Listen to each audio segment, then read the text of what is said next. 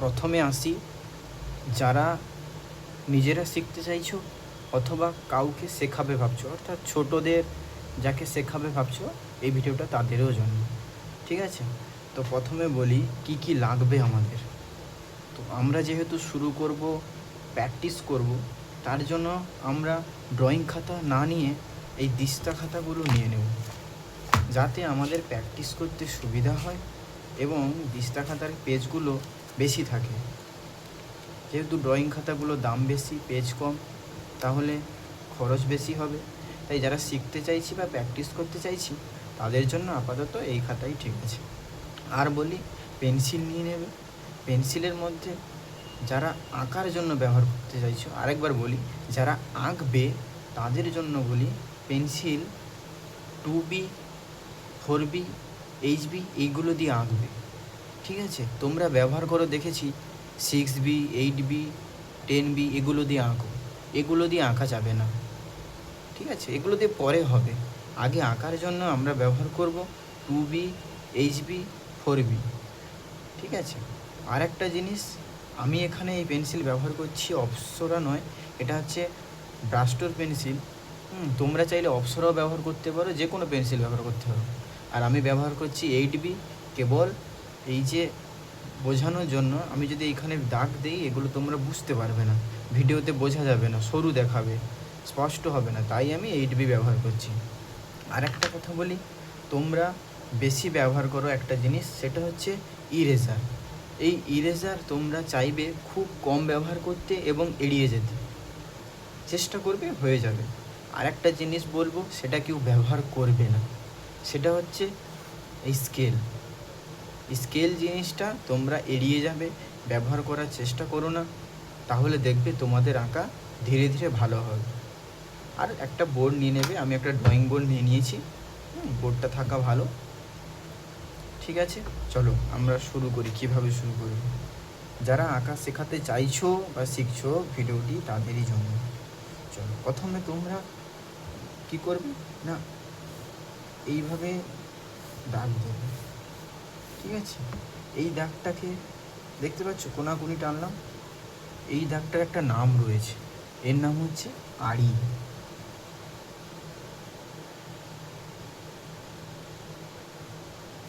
আড়ি। আবার ঠিক এর উল্টো দিকে বরাবর এইভাবে টানতে থাকবে।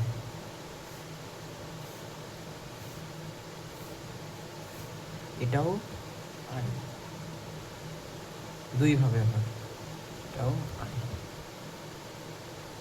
ঠিক আছে, এই দুটো এইভাবে প্র্যাকটিস করবে। এবার আসবো আমরা সোজা সোজা দাগ বরাবর।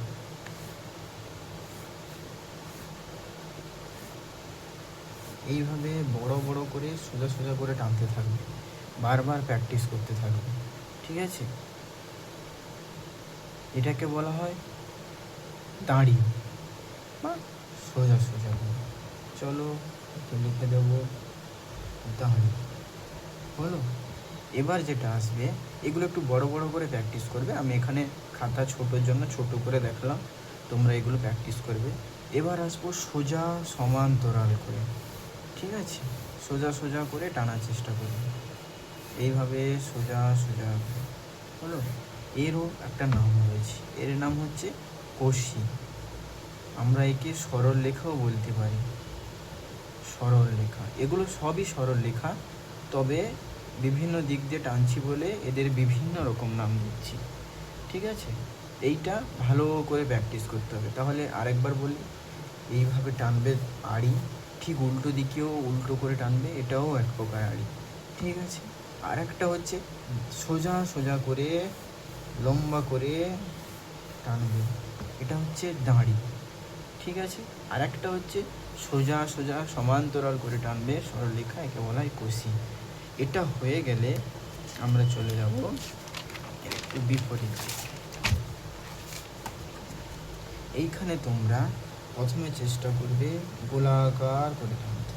অ্যাকুরেট গোলা না হলেও হবে, গোলাকার চাইবে গোল গোল করে ঘোরাতে, এর ভেতরে আবার একটা এইভাবে।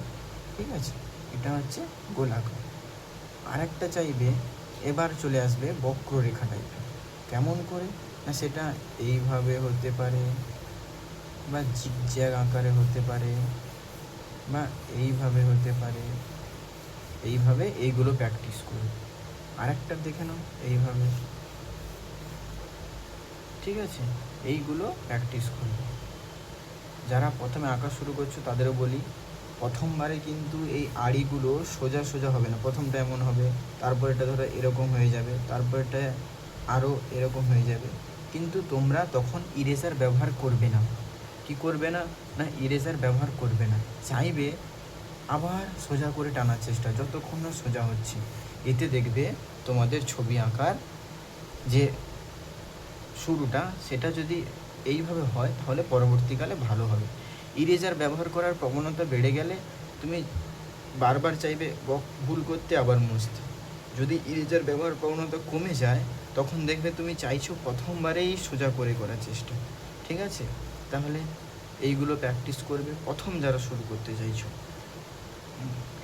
আচ্ছা, এগুলোর পরে কোথায় কাজে লাগবে, কিভাবে না লাগবে, সেগুলো আমরা পরে আলোচনা করব পরবর্তী ভিডিওতে। এদের প্রয়োগ কোথায় কীভাবে ব্যবহার করব।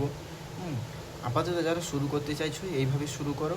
কিভাবে করবে না, কন্টিনিউ এইভাবে একের পর এক প্র্যাকটিস করে যাবে। প্রায় 10 থেকে 15 দিন এইভাবে পুরো খাতা প্র্যাকটিস করে যাবে, সুন্দরভাবে প্র্যাকটিস করে যাবে। আচ্ছা, এবার এটা হয়ে গেলে তোমরা কি করবে, এটা কিছুদিন প্র্যাকটিস হয়ে গেলে তোমরা এইভাবে ছোট ছোট বাক্স করবে। হলো, এইভাবে ছোট ছোট করে কয়েকটা বাক্স করবে। নিয়ে এই বাক্সের ভিতরে এই আড়ি টানার চেষ্টা করবে, একদিক দিয়ে এইভাবে ধরে ধরে। হ্যাঁ, তারপরে এই দিক দিয়ে সেই আড়ি, উল্টো আড়িটা এইভাবে টানার চেষ্টা করবে। হলো, তারপরে দাঁড়িয়ে এইভাবে টানার চেষ্টা করবে এই বাক্সের ভেতর ধরে ধরে।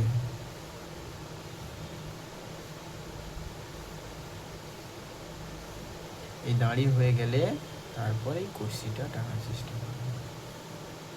তাহলে কি হবে, আমাদের এটা প্র্যাকটিস হয়ে যাবে এবং আমরা সুন্দরভাবে করতে পারবো। এগুলো খুব প্র্যাকটিস করতে হবে, বারে বারে করে তোমাদের এটা প্র্যাকটিস করতে হবে। আরেকটা জিনিস, সেটা হচ্ছে ঠিক একইভাবে এইভাবে তোমরা বাক্স করবে, করার পর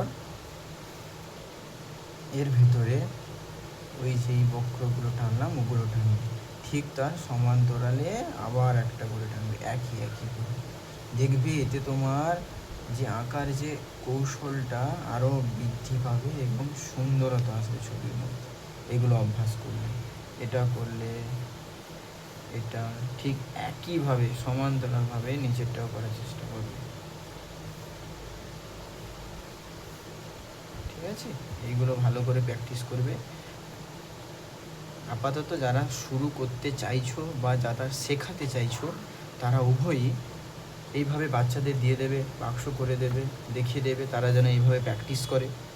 হ্যাঁ, বাড়িতে বলবে 10 থেকে 12 বার এইভাবে প্র্যাকটিস করে, তাহলে দেখবে তাদের আঁকা সুন্দর হবে, গোছানো হবে।